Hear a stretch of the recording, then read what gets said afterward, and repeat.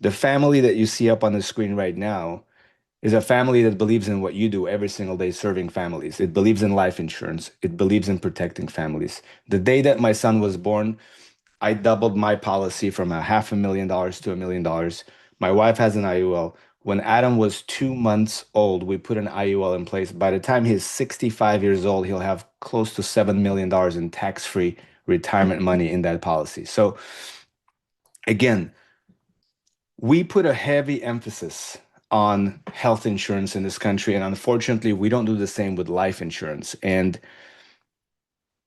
now, having said that, one way, how do we protect more families, right? Changing gears a little bit. How do we go out there and protect even more families? One way that I know how to do that is by talking about the current debt crisis and addressing what's happening out there, outside of these walls in the current economic climate. Where there is chaos, there's opportunity. And I'm going to let the news outlets do what they do best and talk about all the problems. What we're here to do is to talk about the solutions. The moment the lockdowns were lifted and the face masks came off, we spent that credit like it was some sort of debt Olympics, and we spent all of the savings simultaneously. It's a very sad story, but it's a very true story. What it says is that we as consumers are professional spenders. Over $382 million of enrolled debt, couple $100 million of resolved debt, over $5 million in cash flow savings created. This is money that's being put back into families' budgets. Armin, it sounds great, but what exactly are we going to do for this client? Well, number one is we're going to get rid of all their interest and we're going to help them save some money on their principal. Okay, that's number one. Number two, we already talked about cash flow. That is the name of the game, right? Broke customer doesn't buy anything. So it's really important that we understand that. Even for the customer that's willing to sign on a dotted line, if you're cutting corners and you're not overturning every rock, and we're going to talk about how to do that strategically, but if you're not learning about their finances and you somehow manage to enroll a client into a life insurance policy without understanding that they had 30 or 40 or 50 grand in credit card debt, you just left that client financially stressed out. What happens when the wind changes? What happens when one of the spouses loses overtime, right? So either way, when we're talking about cash flow, it's not something that's extra. This is something that's actually good for your book of business. You want your clients to stay in that life policy, right? And you want it to be long term. And in order for them to do that, they have to be financially not stressed out. And then plan in place that we talked about in the beginning, right? That structure. It's hard to get excited about life when you're just doing life with debt. 10 years, 20 years, 30 years. I mean, these guys have no shame. They tell you right there on that little box. Just like cigarette box tells you it's going to kill you.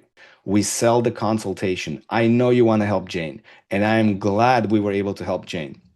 The greatest salespeople in the world are the ones that learn how to ask the best questions. So if you feel that you got to give them something more, no problem.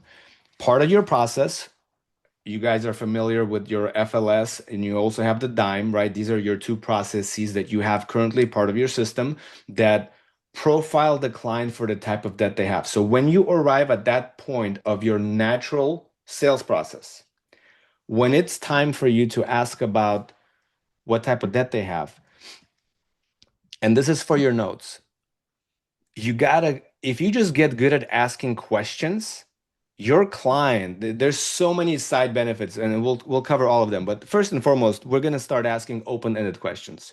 I'm not a fan of saying, "Do you have credit card debt?" Because now I'm flipping a coin. It's either a yes or a no, right? So what we want to start asking again for your notes is, what type of debt are you paying on right now? Okay, so we want to start there. Now, a client might go high, they might go low, they might go left, they might go right, right? The seconds, it's such an important skill that I learned. Again, these are probably the top two most important things that you can implement in your sales process. It's going to help you sell more life insurance ultimately, is learning to question their answers, right? At the end of the process, once you profile for different kinds of debt, and if you try to read between the lines and understand their finances, you're like, well, Armin, if I'm doing all this, and at the end of it, I don't find $7,500 worth of debt, no problem.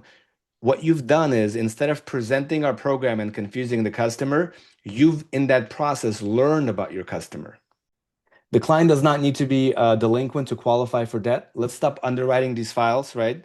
Just like when you submit a policy to National Life Group, they have an underwriting department. You shouldn't be underwriting do they qualify or not at that appointment. If they have unsecured debt and they're open to looking at some options, send them over to us. And then ITIN numbers are also okay, right? There are certain markets across the country where people don't have socials. We work with that as well. This gentleman came back from a big event, fired up with a plan in place to build his business, plan in place to get rid of his debt. And just for a second, can you imagine he just missed the presentation? He walked around our booth and we didn't connect.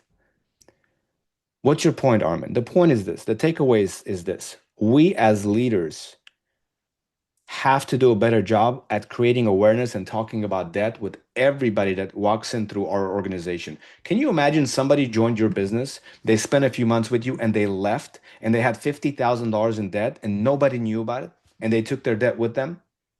What a shame, right? So we got to do a better job at talking about debt. Now, how many of you guys didn't know that you actually get points for writing business with debt? Right? So you actually get points. We'll talk about that on the next slide. Compensation plan is extremely lucrative. I don't believe any of our competitors that do what we do even remotely pay the same amount. So it's not even fair to compare. And then agent retention. So retention is the name of the game, right? Ultimately, you want to retain as many people in your business as you can.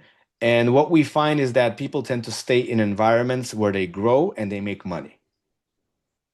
They grow and they make money. So having a tool like this to be able to get a brand new agent paid right away before their license is gonna put your business on fire, right? You just gotta pay attention. When it comes to debt relief alternatives, there's a couple things, two takeaways here. Number one, if you come across a client and you're coachable and you're doing your thing and you get to box number two and you ask them the open-ended questions, what type of debt are you paying on?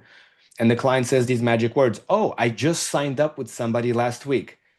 Amazing. Congratulate them and refer them to us for a second consultation, second opinion. They could be enrolled with the greatest debt settlement company on planet Earth, or they could be enrolled with a company that has no intentions of settling any of their debt at all. We're going to figure it out. One of the things that you guys are going to learn about us is that as an organization, we also have a mission and a vision, and we have some shared values. And our number one most important shared value. And I challenge you to call anybody in customer service and tell them, hey, Armin told me to call you and ask you what is your first shared value. And I'm confident that 99% of our team members will be able to say that our number one shared value is always do what's in the best interest of the client. So if we identify that they're in good hands, we're going to let them be, guys. Okay. You just got to trust the process, refer them to us. Now, your client's going to get educated. Our agents are trained to educate your client about all their options. That's why we're so confident in saying just send them to us. Let us add value. Let us educate them.